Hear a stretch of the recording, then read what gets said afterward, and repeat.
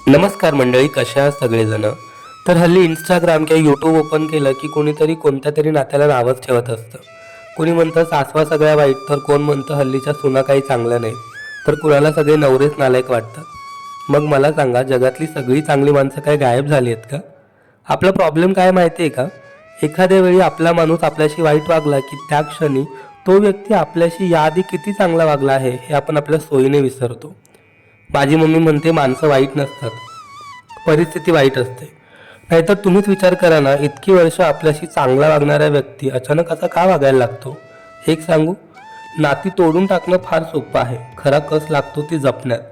आधी जमीन जुमला प्रॉपर्टी वाटण्या या सगळ्यांच्या नादात आपण आपल्या आयुष्यातील काका काकी मामा मामी आत्या आपली चुलत भावंड ही सगळी नाती गमावून बसलोय.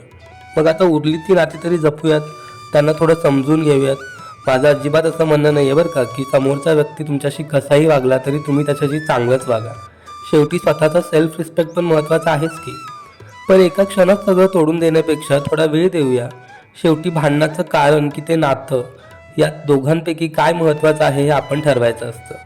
आणि आपण जे जपतोय तो आपला सेल्फ रिस्पेक्ट आहे की इगो, याचा एकदा विचार व्हायला हवा नाही का? बाय द वे, पटतंय का तुम्हाला? मला कमेंट करून नक्की सांगा. चला आता भेटूया उद्या. Bye bye.